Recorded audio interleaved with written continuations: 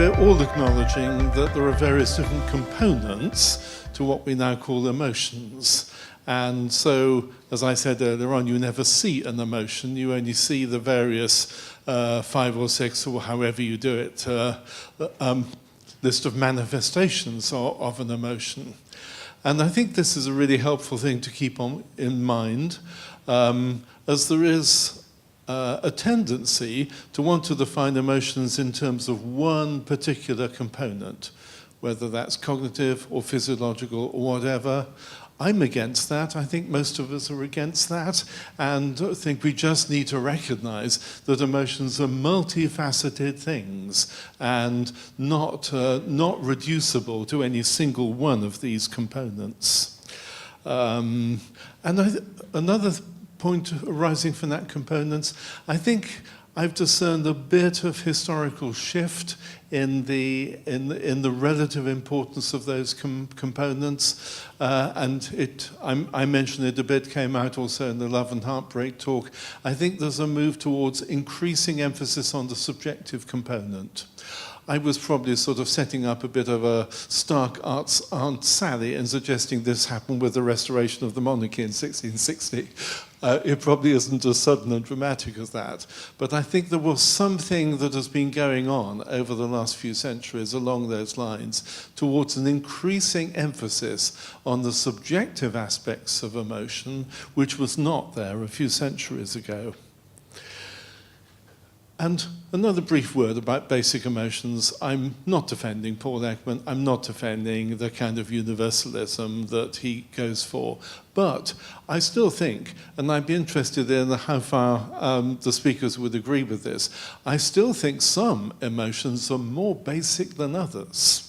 And of the emotions we've heard about today, I think anger and disgust are more basic than love and heartbreak and compassion and Schadenfreude. So I'd be interested in whether there's agreement on that.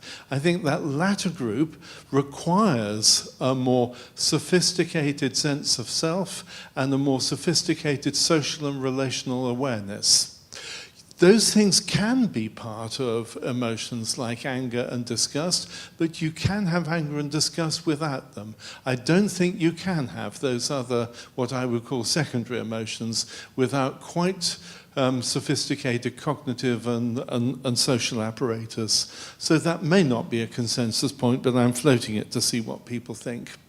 And my last point, I've got increasingly intrigued about the relationship between words and feelings and their co-evolution, if I can use that word for it.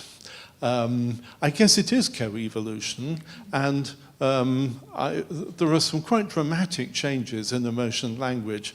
Like it seems to me, the change in fear from referring to an event to an experience or emotion is pretty dramatic.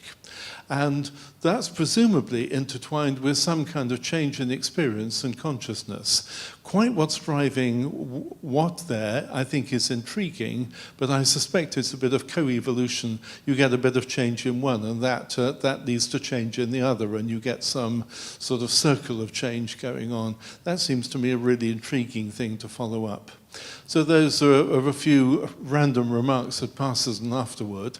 I'm going to invite the speakers, perhaps going along the road, to see if they have any comments they want to make on those remarks of mine. Then we'll go into Q&A. Is this working? Yeah, it is. Right.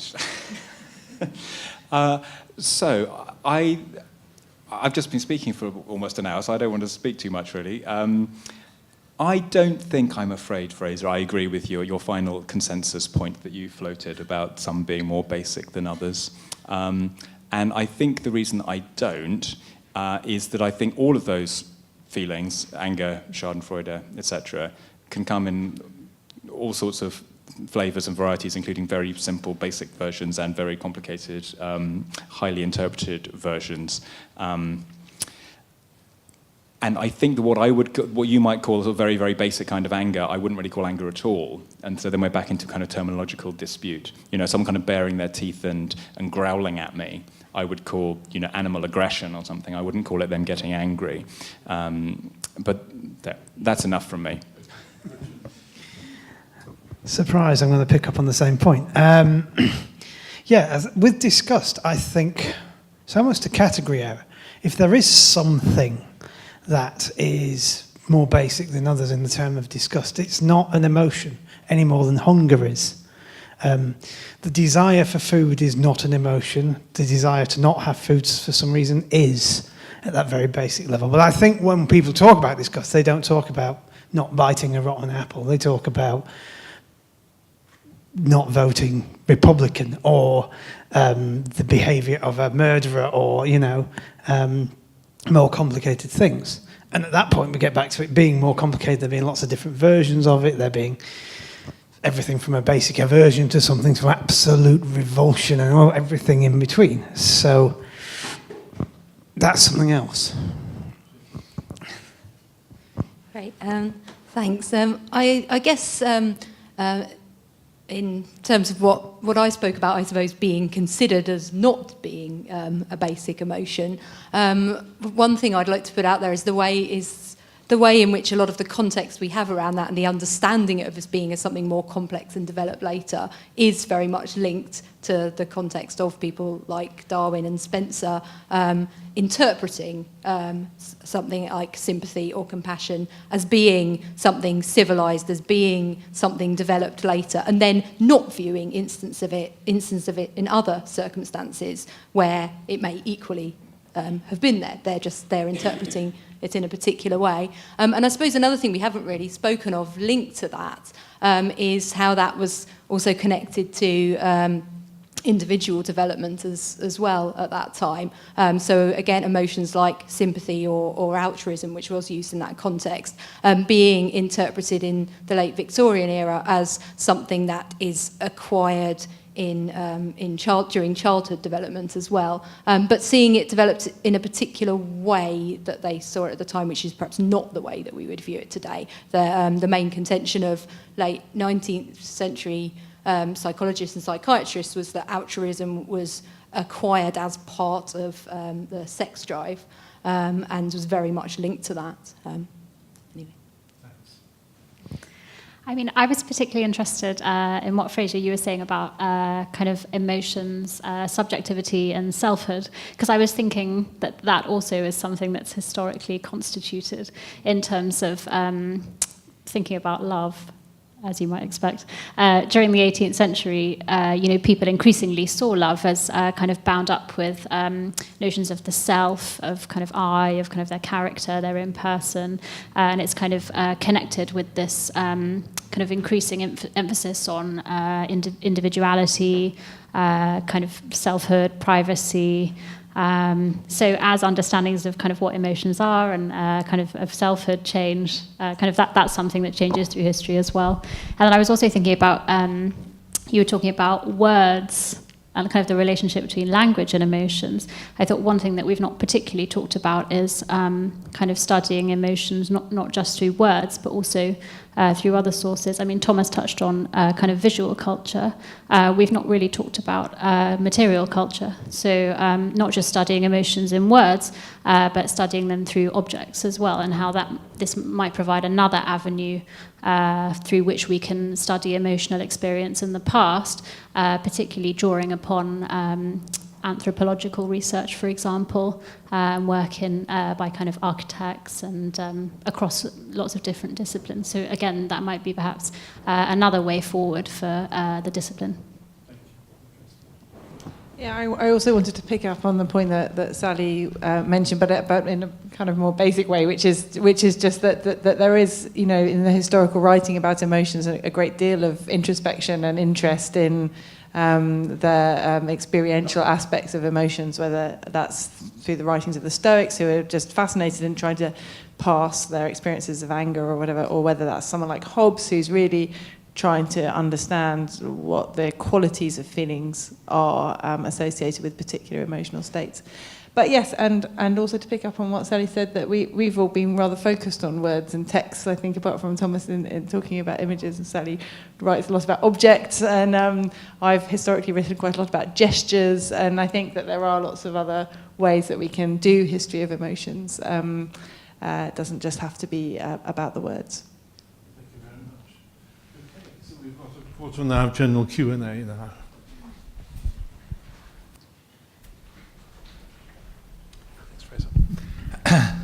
Thank you. It's been a wonderful day, and there's some talk about how embedded the various discourses were in their times. The thing which kept coming through to me a bit was the extent to which these things were almost certainly linked to social and political control. And I'm wondering, in terms of both present day and the historical record, how much we can disentangle that and what we can learn from that.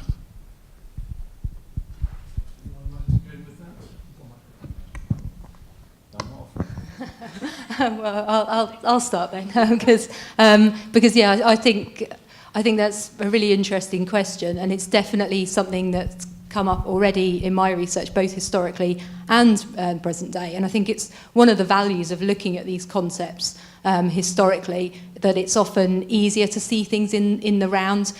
So you get a lot of talk in the 1930s, for example, in newspapers about the term compassion used both to try and justify low wages and hard work for nurses, in that they're compassionate, therefore they don't need any of these kind of material comforts, or if they do, then that's wrong, because actually people should be working out of the love of caring.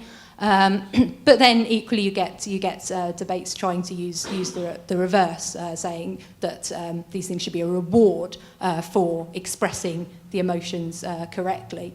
And I think this is also something that's widely used today. And by using terms, emotion terms, by using ideas like compassion without necessarily having to explain them, because they're seen as self-evident, they can get quite easily adopted to make very extreme political claims or points, without people necessarily drilling down or feeling able to contradict them. To make that point in relation to the 19th century, and again, it's an example of how this sort of thing happens again today, but this co-opting of emotions. So I mentioned boredom in my talk, and boredom became a real flashpoint in Victorian politics, because the unemployed, the poor, people who were living in slums were considered particularly prone to boredom or at risk of boredom, and boredom itself could then produce lots of dangerous effects like alcoholism or truancy, or, I don't know, the 19th century equivalent of joyriding and so on. But also feminist campaigners were linking boredom were associating boredom with a particular threat to upper middle class women who were underemployed and therefore also likely to succumb to boredom. So actually an emotional term gets co-opted in political discussion and then becomes a kind of focus point through which all kinds of debates can circulate and all kinds of meanings made, and as you say, far outstrip, I think, the original emotional feeling or perhaps the reality of that predicament. So emotions can be a very powerful force in politics, not just because they drive someone to vote a particular way, but because they allow certain meanings to take hold and certain claims to be made. I was just going to quickly add that the history of disgust in politics is dark and unpleasant, and disgust-like passions from various countries, from Goebbels and his films, calling the Jewish people rats, for example, to recent language of immigrants being cockroaches, to I could go on forever. It's definitely something that is used politically for control, and something that I have looked into, but I just find it too garish and end up looking at something else in the area. So, And just finally, to add something about anger. So what Richard's just talking about is politicians actually trying to elicit a particular emotional reaction, like disgust. In a way, what I'm interested in is the opposite, is when the discourse of anger is being used, but there's no actual sign of any actual anger. So when politicians say, yes, I'm really angry about that, and they're not. I mean, they're not in the Charles Darwin or William James sense, or the Paul Ekman sense, angry. And Trump said he was happy to take on the mantle of anger. Lots of people have said they're angry about Brexit. Jeremy Corbyn in the last general election said, yes, I'm angry. So I'm interested in what are they doing? What are they trying to do by telling everybody that they're angry? And I suspect that the politicians are not angry, but that they possibly want other people to be. And I think that's fairly dark as well, actually. I think anger often stands as a proxy for the threat of violence. And it's not the kind of thing we civilized liberal people want to see our politicians playing with. I was thinking one other thing that we've not particularly discussed in a lot of detail is space, the importance of spaces. So it might be perhaps that, it is that certain spaces engender particular emotional performances. So it might be that at a rally, people might expect anger or not, or I've done a bit of work talking about emotional control and repression and performances on the Royal Court, for example. So that was a space where you were kind of expected to display emotions like joy, happiness, cheer, to show your support for the monarchy, the state, therefore the nation, whereas people were kind of expected to repress emotions like anger, and also kind of pain for the royal family. So, I mean, I think it's important to bear in mind as well that the kind of emotions that people are performing, again, depend very much upon the space in which they are being performed and the kind of power dynamics that are at play there. Hi, everyone. Thank you so much for today. I've got a bit more of a general question about emotion in terms of psychology. In the sense that I wondered if you would agree that in certain areas of psychology, psychologists have only kind of within the last couple of decades been including emotion within their theoretical models. I wonder if you would agree that there's something of a paradigm shift going on within those certain areas. And then just more generally wondered what you think might be in the future in terms of psychology when you take into consideration emotion. For me, AI. Because AI are getting emotion badly wrong. I wrote about this, but I'll not bang on about that. But AI are getting emotion very badly wrong. And if they started to get it right, there's things they could experiment with that would be very interesting. Very interesting ways that artificial intelligence could go for the future of emotion in psychology. They're just not. So, elaborate a bit. Yeah, well, okay. Most companies, not all, there are some, are still entrenched with our good friend, Professor Paul Ekman. And they still are trying to base AI emotions, artificial emotions, on the 6 basic emotions. And there are things like there are versions of self-driving cars that can detect which of the six emotions you've got. And if you're feeling angry, it'll stop the car because you're a danger to yourself. And it's not going well. The testing for these is not going well. They tend to crash into walls and things. Similarly, there are people working on making Alexa and other devices are available, sound like they've got emotions, like they're a real person speaking to you, and whistling and then detecting your emotions. So if you sound down, they can talk to you like a counsellor. So anybody here who's a counsellor, you're going to be out of work. So, again, it's not going well, the trials, as it is. So that kind of thing. But if they actually started to look at some other, or even innovate in the field of emotions and psychology, I think they could do some interesting things. Okay?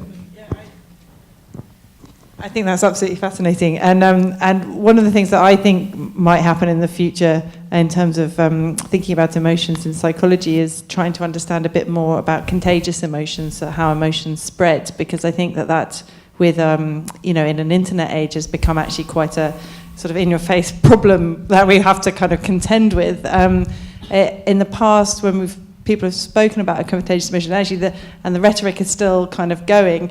Really go back to late 19th century people like Le Bon and Tarde, and the way that they understand group emotions or contagious emotions, which is now hugely outdated and yet gets wheeled out every time someone needs to explain Trump or a riot or something like that. So I think a new way of thinking about contagious emotions is probably on the horizon.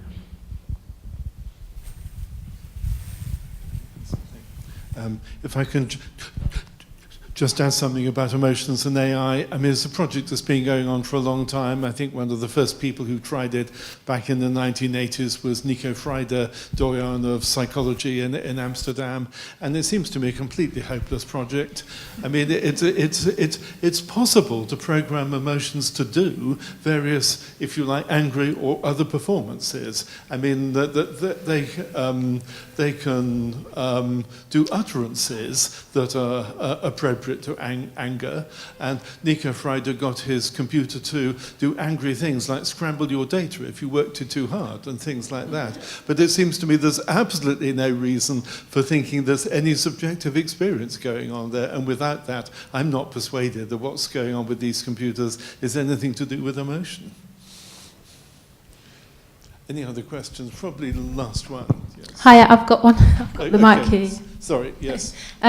So, I don't know if you're aware, but there are going to be ELSAs in every school. That stands for Emotional Literacy Support Assistants. And so some psychologists, lots of educational psychologists, are rolling out training to schools to these ELSAs and the children about emotional literacy and to promote emotional well-being. From a different discipline, what do you think that training could or should include? If I may, I'll take one last question and then we'll do them as a pair. Thank you. Really simple question. To what extent do you think emotion is a choice? Who's going to start? Volunteers? Well done. Is that in primary schools, the ELSAs? And you say it's like compulsory? Yes, it's a government white paper. I need to read this.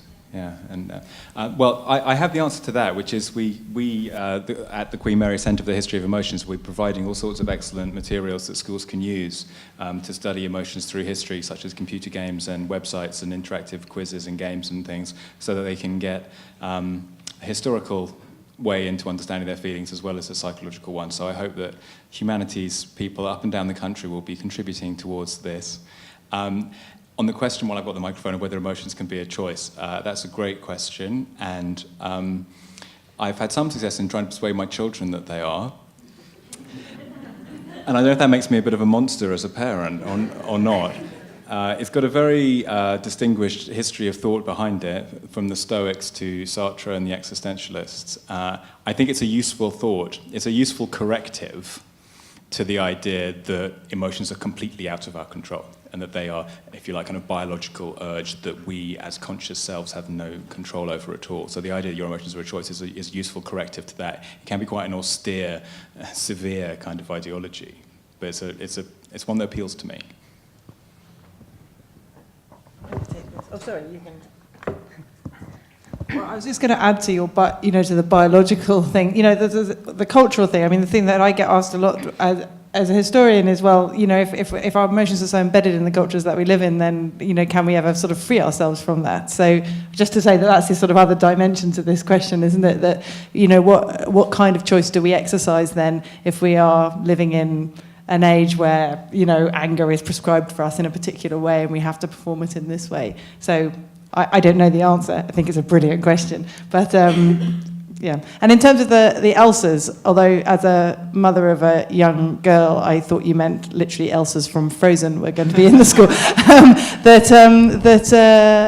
for me, a range of emotional words would be really useful, to kind of emphasize complexity of emotional experience.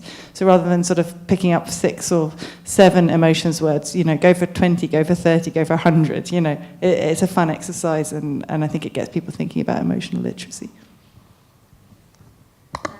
Yeah, I'll just add something on the ELSA front. I used to work in the museum at the Bethlehem Hospital, and when we had primary school groups come in sometimes, and I was actually surprised how reflective they could be about the history of emotions and about the way people may have felt differently in the past, and they would then draw on that to think about how people might feel differently today in different circumstances. So actually the historical element was really valuable, which often started from the fact that there are these 2 statues in the hospital from the 17th century showing raving and melancholy madness, and one of the first things they would often say was melancholy doesn't look sad, and then that would start a conversation about how you might express things differently.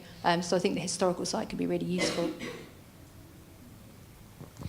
I was thinking again, love is quite an interesting case study as to whether or not emotion is a choice.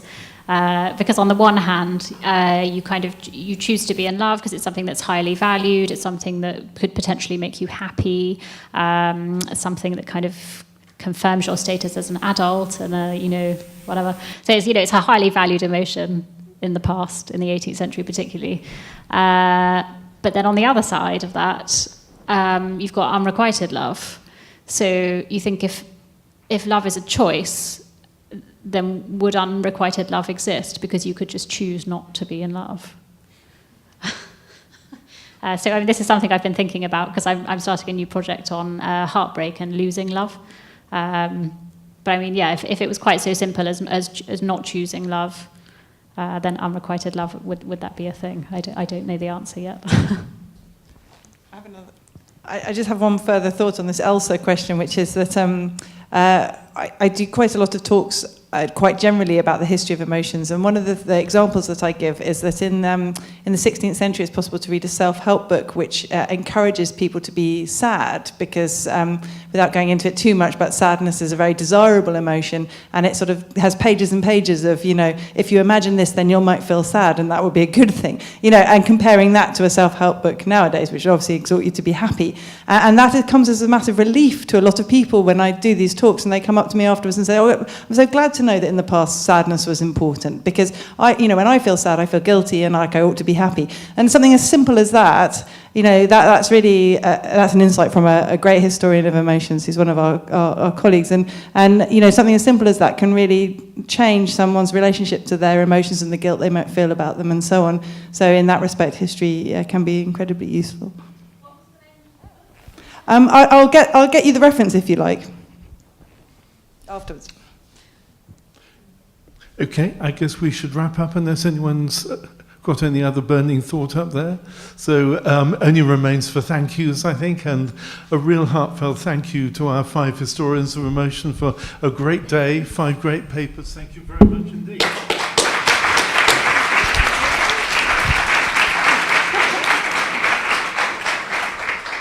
And thank you to other people who've been involved, Rosie and people from the BPS office, Paul Sullivan, who chaired this morning, the librarian and archivist who made the exhibition we had at lunchtime, other things like that. And thank you all very much for coming. It's been a great day, and no day like this works without an audience. Thank you. And there's one other thing left to happen after this. Those of you who are in the History and Philosophy section, there's now the annual general meeting of that section, not in this room, but if you gather just outside the doors, then you'll be escorted to the secret room in the library where the meeting is going to happen. And you probably will need to come escorted, else you won't ever find it. So if you're coming to the AGM, and please do, then gather outside the doors. Thank you very much all for coming. Cheers. Bye.